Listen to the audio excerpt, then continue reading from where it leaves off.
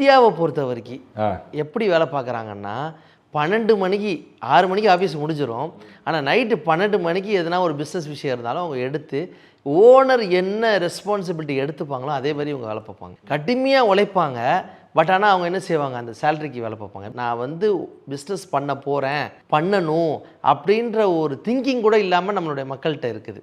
ஏன் இல்லாமல் இருக்குன்னா அந்த அவேர்னஸே இல்லை. ஆனால் இந்தியாவை பொறுத்த வரைக்கும் ஆப்பர்ச்சுனிட்டிஸ் கொட்டி கிடக்குது. இப்போ ஒருத்தர்கிட்ட பணம் இருக்குது, மிஸ்டர் அஃப்சல் கானை வந்து தொடர்பு கொள்கிறாரு. நீங்கள் வந்து ஒரு இம்போர்ட் ஐட்டம் ஏதோ ஒன்று எனக்கு பண்ணி கொடுங்க, அதை நான் வந்து இங்கே பண்ணணும்னு நினைக்கிறேங்கிறார். அதுக்கு கம்ப்ளீட்டாக நீங்கள் கைட் பண்ணுவீங்க. உங்கள் பணத்தை எடுத்து பின்னாடி வச்சுருங்க.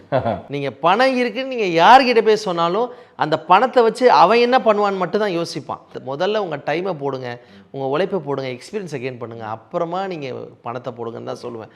அது ஒரு சின்ன ப்ராடக்டாக இருந்தாலும் சரி, பெரிய ப்ராடக்டாக இருந்தாலும் சரி. அதே மாதிரி நான் வேலையில் இருக்கிறேன், நான் வேலையை விட்டு நின்றுறேன், நான் பிஸ்னஸ் ஆரம்பிக்கணும்னு வருவாங்க, எவ்வளோ பேர் வராங்க. நான் ஃபஸ்ட்டு சொல்லுவேன், தயவுசெய்து வேலையை மட்டும் விட்டுறாதீங்க.